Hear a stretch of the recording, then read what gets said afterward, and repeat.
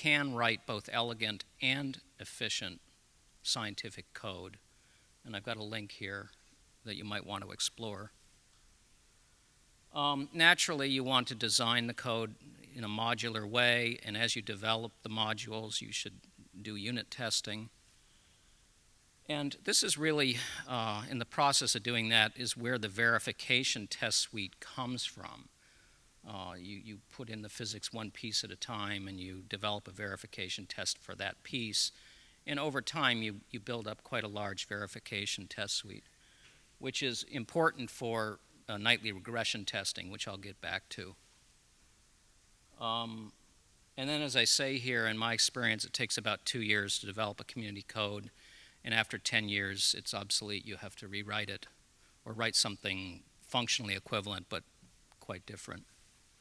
In terms of supporting it, don't expect grant funding to develop and support a community code. I've almost never had that. I've had to piggyback it on science grants, so you have to get a little creative. In order to support a code, after the primary author is gone, you rely on good documentation. So I try to insist that the developer document before he or she goes off to their next job. Establish a user and developer email list. In that way, the user base can become the support base and also the developer base. Establish mechanisms for uptake of user-developed code. Very talented people will write really good modules. And of course, with websites and track sites and all this stuff, it's quite easy to do that these days. It wasn't 20 years ago when we started on this. And then if you've got multiple people developing on a common code base, you need to find a way of making sure you don't break it. And nightly regression testing is something that is very helpful. You're basically compiling your code every night automatically and running your verification suite automatically every night and comparing against standard solutions. And my lab, the LCA, has actually developed a test harness software package that is completely generic, called LCA Test, that you could download from this site and start doing nightly regression tests yourself.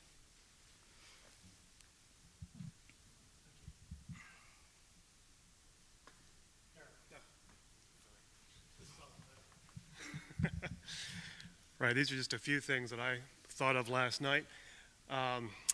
We had a talk by Brian Kernighan, of course, at the start of the series, and it was very, very interesting and laid out a lot of good practices. I definitely do encourage the use of comments, and I've talked to a few people here already this week where they've talked about their own code and wishing, yes, I really should have put in more comments. The comments should be written so that someone else can figure out what you're doing, but they should definitely be there so that you can figure out what you did, because I guarantee you're going to go back and you're going to wonder why you did something, and you're going to waste a lot of time. So just, comment liberally, and don't worry about overkill with comments. It's better to err on too many comments, believe me. And here's one that I've been playing around with the last couple of days right here. If you're going through your code and you're trying to figure out why something's not working, and you put a little thing in, but you set something to 0, or you otherwise make some changes that you intend to be very temporary, okay, but you may have forgotten that you put them in. So every time, without exception, you make a change like that you know is going to be temporary for the purpose of debugging, put a comment next to it, something that you know you can always search for. So you can just do a quick grep or whatever for that tag every now and then, and you realize, oh yeah, I left that in there. And believe me, this happens. So for example, some of you may be aware of the code CTH, which is it's based on there's a military component to it, so it's not a freely available code or anything like that. It's this gigantic thing that's been going since the 60s. And some people were doing a particular run, and they had a little explosion going on, and they were wondering why the explosion disappeared at some particular point. It took them probably more than a month to figure out what it was. Someone at some point in the code had set something to 0.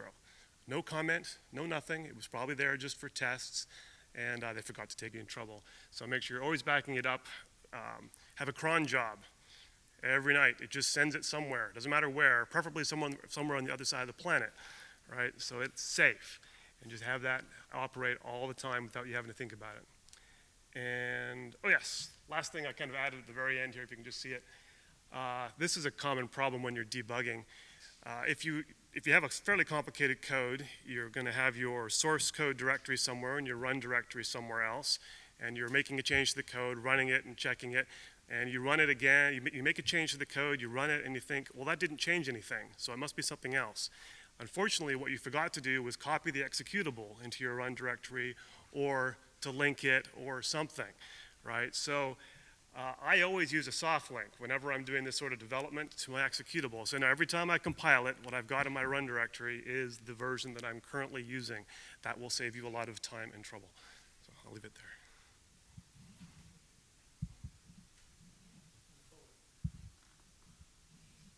Oh, okay. This is not so much having to do with writing a code, but rather how you use a code. So I found that the computer memory increases with time, but my memory is deteriorating with time. So I usually forget what I did 5 minutes ago.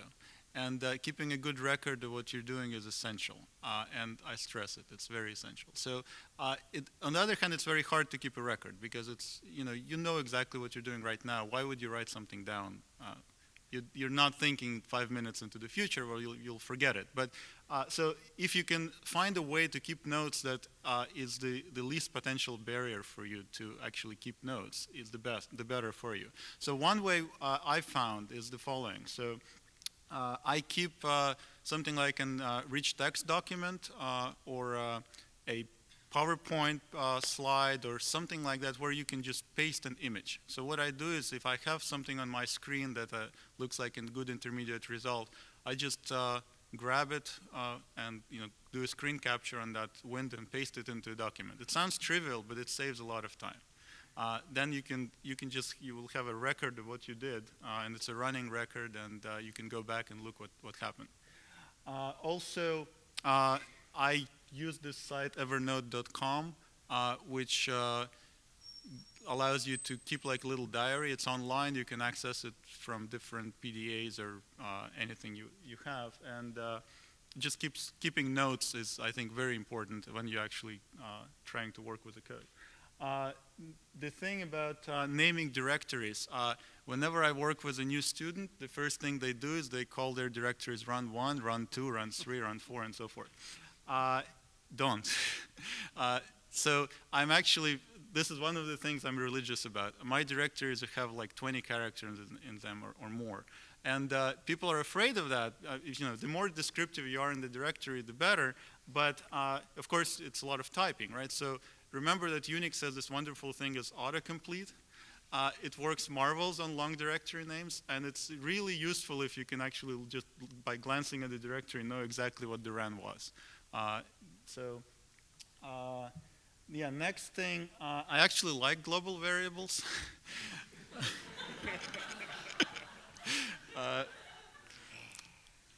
Well, but I don't use C, right? I use Fortran 90, and in Fortran 90 you can use modules. And in modules, global variables in modules are actually an excellent idea.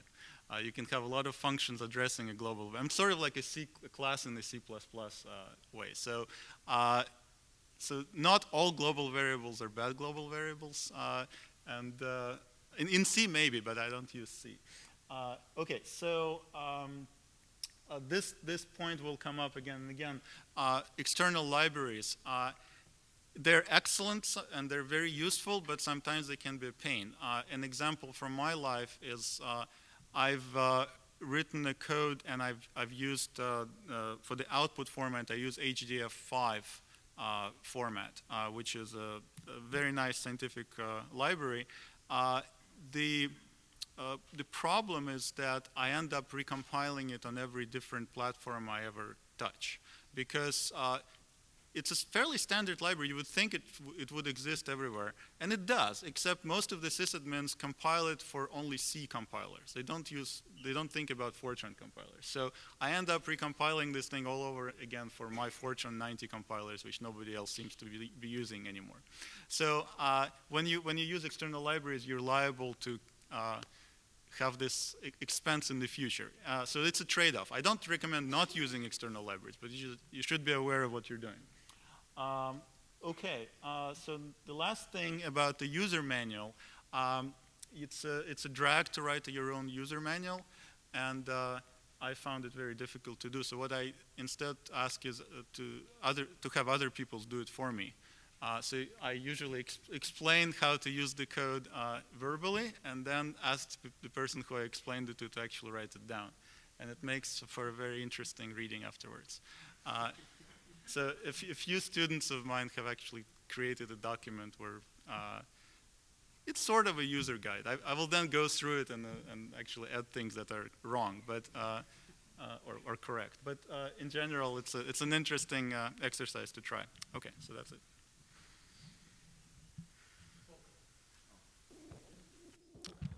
Let's see. Right. I think my first point is, if you develop a new code, it makes sense to think about what language to pick. I think you should try to pick a highly portable language. I think this just echoes what Jim already said in his lecture. That C, for example, I found is the language that's not ideal for numerical computation, but it's ideal from the point of portability, because the compilers are standardized and they are having few bugs, unlike some of the more rare languages or even Fortran compilers on new systems. You will run into lots of bugs which are usually absent with C. And if you stick with NCC, you basically can run on any computer that is on the market these days. So I think this is a good choice. And libraries, I think I can just echo what you just heard from Anatoly. That you should be careful in picking the libraries, and things like HD5 I'm using too, but it's a pain because they keep changing the application interface, and so you're relying then also on people. Or FFTW is a similar story. But you have to use these libraries, but the fewer you use, the better for you. Always compile with full warnings enabled. I mean, this is totally no-brainer basically, but I think you catch a lot of stupid bugs like uninitialized variables and so on in C by just doing that and getting rid of all of the warnings that you then find. Version control system is also a pretty obvious thing.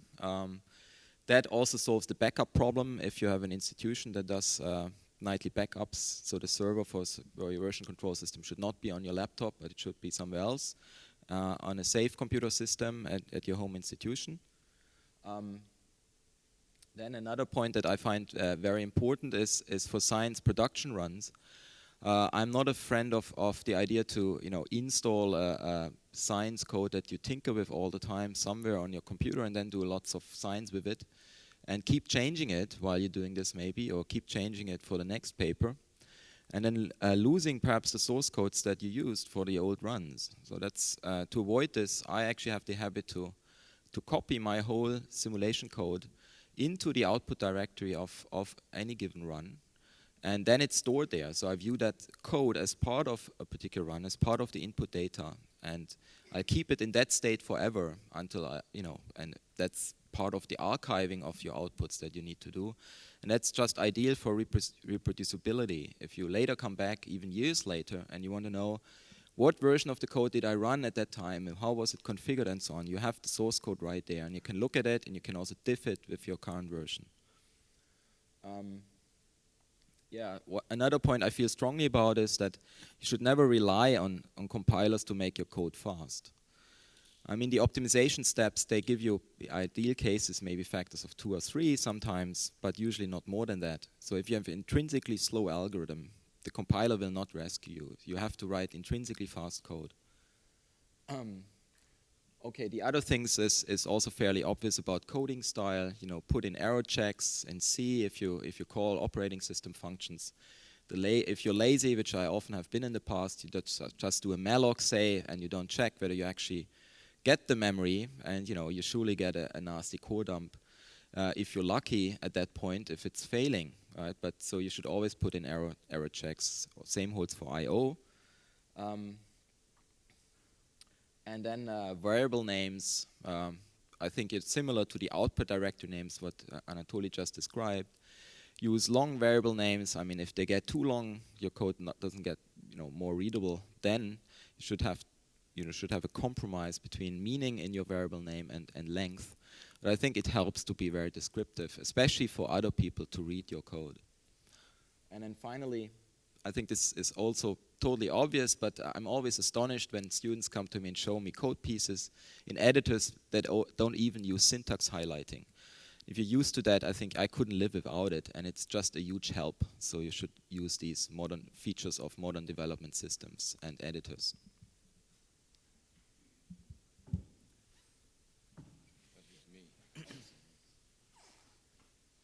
So like Anatoly, my memory is quickly decaying, so I don't even remember what I wrote. I believe this is mostly what I had in my lecture yesterday, with some supplemental material from Peter Teubin. So I sort of highlighted the same points that were in the lecture, namely modularity, because it's easy that way to extend, to replace, or to share parts of code as you can make it modular. My advice for making things modular is to spend a lot of time thinking about it before you start writing any code, to really sort of lay out diagrams of how you're going to organize the data and the instructions and the subroutines or functions to try to make a map of what you're doing, a flowchart and so on, and really put in a lot of effort, because once you start adopting certain kinds of structures, then it's hard to go back again and change it. So put a lot of effort at the beginning, because it'll save you a lot of time in the long run. Try to make it as easy to use as possible. So again, using portable, try writing portable code as much as possible. Stick to ANSI standards. Avoid using libraries if you can. In the end, certain libraries can make your life easy because they allow you to, for example, for data formatting. They allow you to interface directly with Viz software that reads that data format. But on the other hand, if you have to install that library every time you want to go run the code somewhere, that's kind of a pain. So there's a trade-off. In the end, it's sometimes easier just to write your own data format and then write an interface to whatever Viz software you want. And that way it's completely portable. It can save you time in the long run. Let's see. Ask yourself regarding performance whether or not you're going to be CPU or memory bound, because that is going to obviously determine a lot about the way you write the code. CPU bound actually means memory bound to some extent, because it's usually cache access limited. There's no point in optimizing some part of the code for performance if that's not the dominant part. These are all obvious statements, but sometimes you get very worried about performance when you're not realizing that memory is really the issue, and that's what's limiting you running this code on big machines. It's always worth even using the simplest tools like gprof every once in a while, just to remind yourself what parts of the code are taking most of the time. And again, portability helps that, because if it runs on your workstation or laptop, you can run tools on your Unix box, and you can do this a lot more quickly than if it only runs on certain platforms that you have access to. I guess testing was one thing that was not in my original slide that was added by Peter, and I agree with this completely. There's this mantra in real estate: it's all about location, location, location.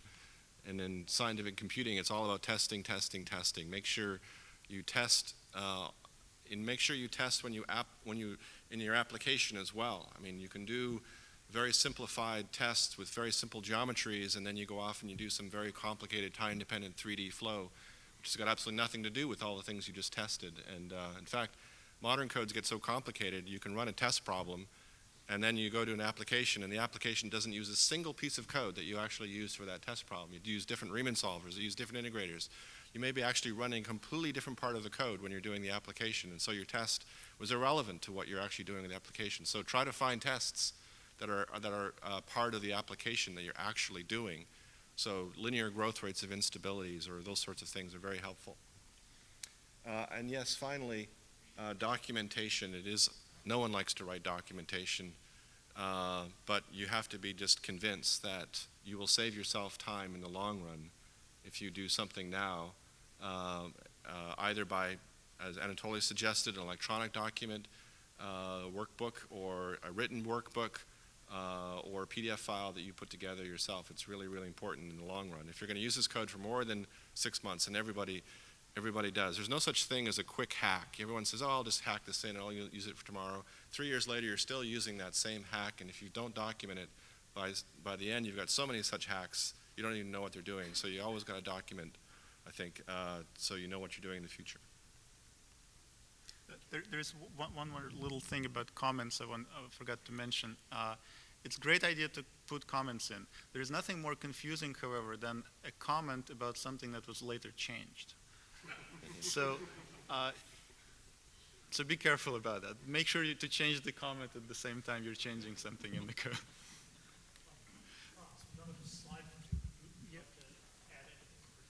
Yeah, so I did actually send some slides, but just about 10 minutes before the meeting. So I had the advantage of looking at all of your good advice before making my slides. I didn't really have much to say, and the only thing that was really on it was keep it simple. And so there are a couple of aspects to this that I want to stress. And one thing is, in scientific computing, you're writing code as a means to an end, to answer some question about science or astrophysics or something like that. You're really not writing the code for the sake of programming. And so that's, in many respects, a very different perspective than, say, a computer scientist or someone that's writing code for industry where there's some financial gain to be made. And so this keep it simple mantra is, try to resist the temptation to use bleeding edge technology, the latest features of the latest compilers or the latest programming paradigms. I mean, they might be very clever, they might be very cute, or it might make the lives of certain application writers easy. For example, if you're writing operating systems or compilers or these huge codes which are millions of lines long, you certainly might have to have a framework or a methodology which is sufficiently complicated where you can manage that stuff. But if you think of the kind of algorithms that you do in scientific computation, they're really, really simple, most of them. And so you don't want to complicate your life because at the end of the day, when you're going to write something in a journal, you're not going to publish the code, you're going to publish the answers, and it's the answers that are important. And if you can keep things as simple as possible at that, at the level of writing the code, I think at the end of the day, it's going to make getting the science right much easier. And so the other sort of part of the keep it simple thing is then just the actual day-to-day activity of programming. If you're going to be writing a new code or a new routine, try and break it down into the simplest pieces you possibly can. So as Jim was saying, think ahead of time before you actually start writing down. Think about everything that you're going to do. But then when you do start writing the code, don't write it in one piece. I know sometimes there's a temptation to do that. Yeah, I'm going to sit like coding for a few days, and I'm going to run the program, and it's going to work. I suggest don't do that. Write it in small pieces and test every piece thoroughly before you go on to the next piece. And perhaps in a similar fashion, if you're thinking of some a nice new function or a nice new code, you've got all these features that you'd eventually want to add, don't add them until you're ready to actually test them and use them. For a couple of reasons. One is just, if you write a piece of code, it might look very, very simple to you, just a couple of lines.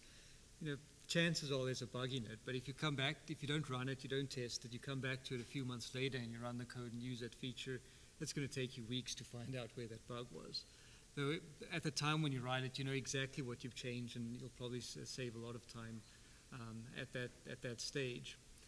And the other thing is sort of to try not to implement features that you aren't going to use immediately.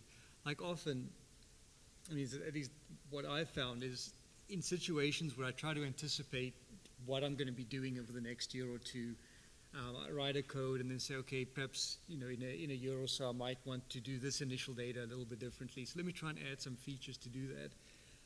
At the time where I get to that point where I want to now, add those, like do that, what I thought I was going to do a year ago, things have changed a little bit. The way that I thought I'd be doing it isn't quite the way that it wants to, that I have to do it, and you have to rewrite that code in any case. So sort of just keep things, sort of don't try to anticipate too far into the future what you might need. Just figure out the question that you want to answer and just write the code to do that at that moment and test it. And I think you'll probably save a lot of time in the long run. So. Before opening this up to discussion, I also wanted to broaden the discussion a little to more strategic issues. And I'm not going to. Before doing that, I guess Peter, you want to do your 5 rules? Yeah, this came about because as we all installed our software over the last few days, I discovered that we have 100 laptops and all 100 are different. So, one way or the other. So, we jokingly started with a Letterman top 10, but I thought it would be more honest and be more direct.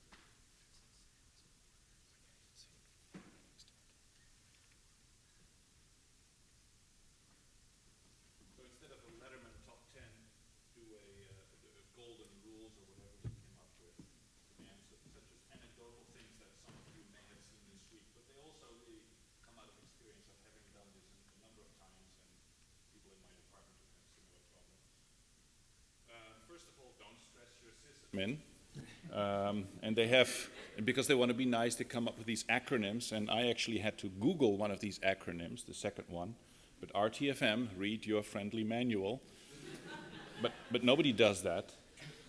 Or Google is your friend. It is unbelievable how many error messages that you see on the screen. If you just cut and paste the piece between the double quotes, you find you were not the only one with that error message. Now, then there is 100 of these replies to that, so you have to weed through that. But usually that's, I mean, I use that a lot, to be honest. Number 2, don't read just the last error. If you have a compiler, it may seem obvious. If you have a compiler and it says, make failed or something, you go there, library did not link. Often that's not the actual error. You have to scroll back, use your scroll bar, and you'll see, oh, it was an include file that was missed. No wonder it didn't link, that sort of thing. I mean, these things happen. And if you do it in a log file, there's 2 little tricks. Either, that is something I've seen here before. There is 2 very popular shells that we use for interactive work, the T shell and bash. And they have slightly different syntaxes how you redirect an error file to a log file. And the reason why you want to do that with that funny ampersand is because compilers put output up on the screen. Some of it goes to what we call standard out and some of it to standard error. And they have to be merged, otherwise you don't see which came first. A little trick. And by the way, these will not be the complete final version. I'm sure either through questions or emails, we'll fill this out and put these guys on the wiki. So a little bit more verbose, because some of my examples are not very verbose, but we'll flesh that out and hopefully they'll be useful. So number 3 is then the errors that are there, you have to parse. What do they mean?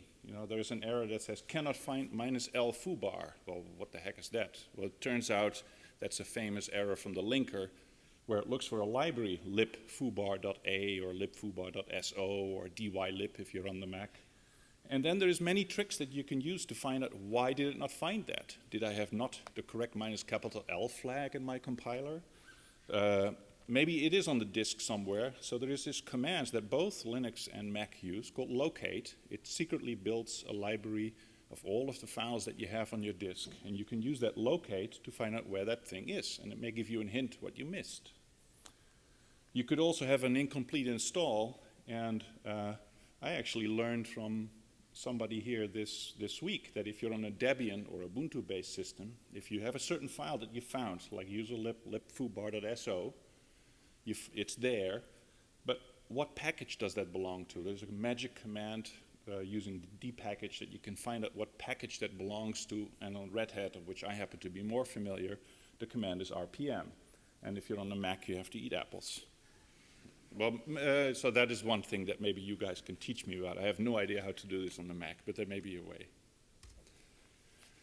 And often, a lot of you found that environment variables can be very nasty. This is like global variables that we've heard before.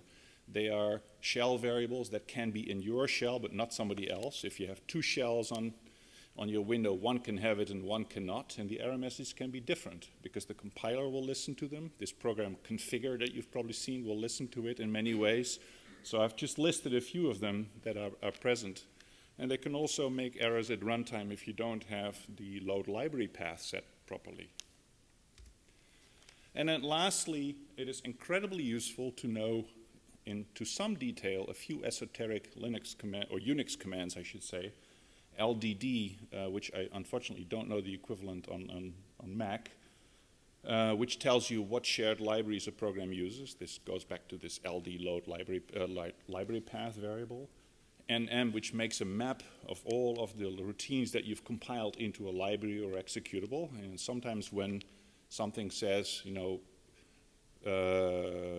cannot link with this routine, not found, you may find it somewhere else using the NM technique. But often you need to use that in a pipe with a command like grep, because they usually spit out a lot of information.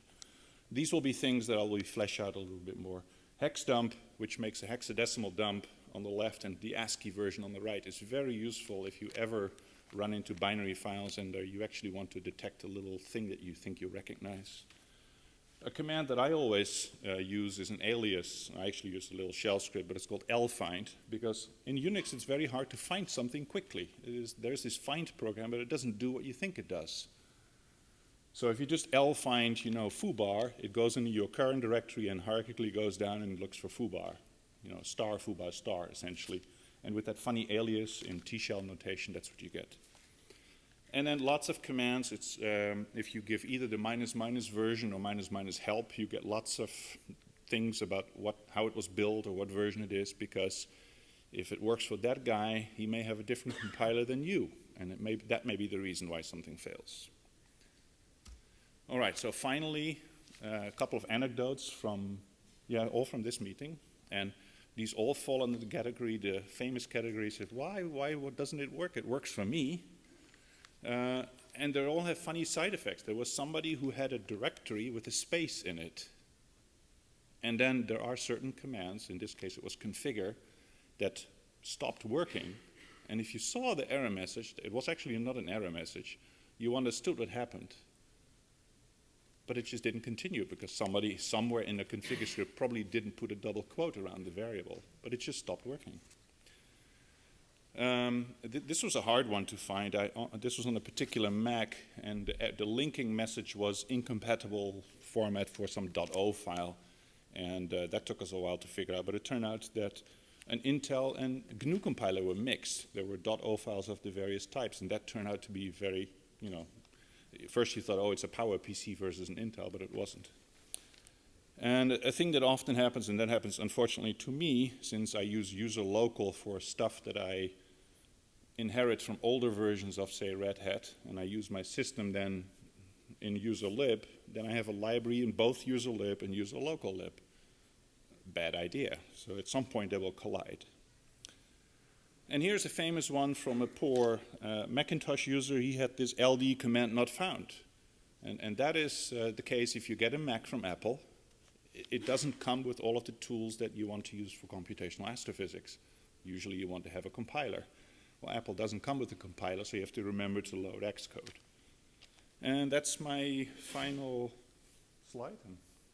And so email me if you have more ideas that fit in the categories, or we'll make it the 6 golden rules, but I'm planning to flesh this out on the wiki.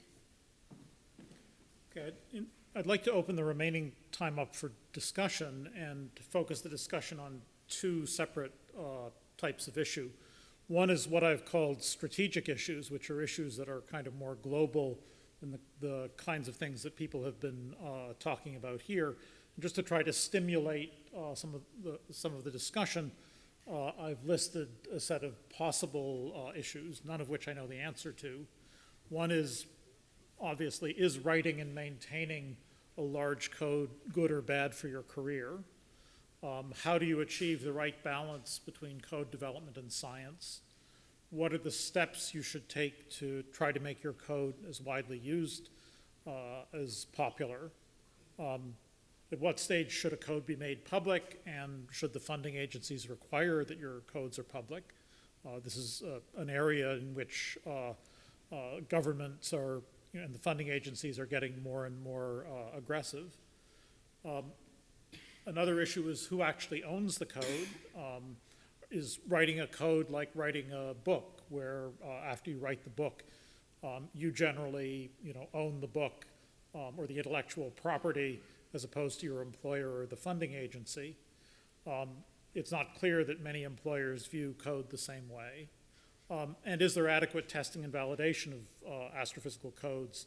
Are there, bad codes out there? If so, how can the situation be fixed? So the strategic issues are one point for discussion. I guess the other point for discussion, particularly from the audience, is comments, preferably negative ones, that you have about the codes written by the people here that you've been using for the last week or so.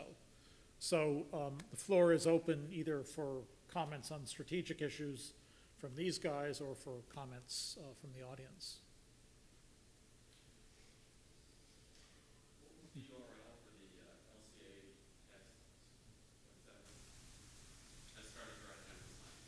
lca.ucsd.edu/projects/LCA test, all lower caps.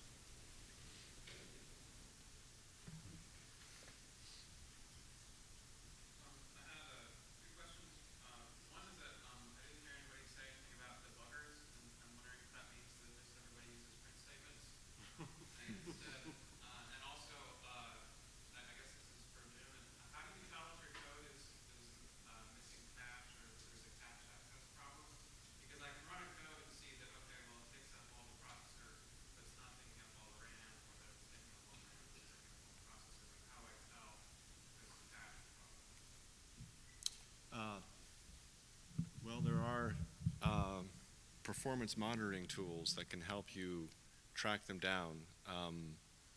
For example, there's this, I was interested to learn about the cycle counter in FFTW, which is a good step forward.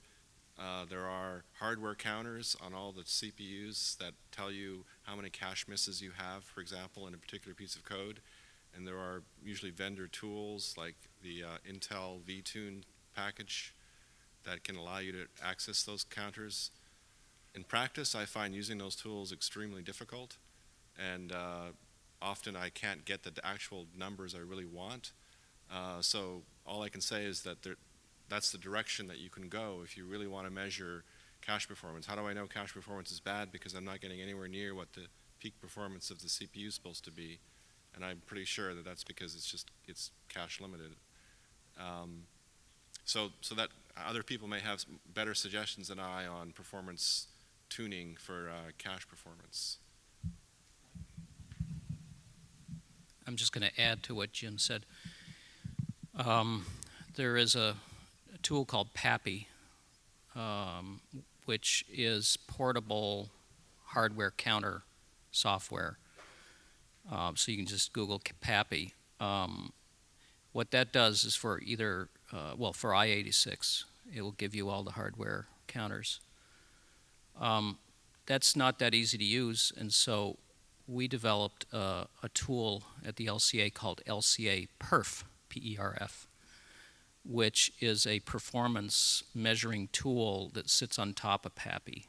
So think of it as an API to PAPI, and you just instrument your code with different sections, and it will regurgitate all kinds of information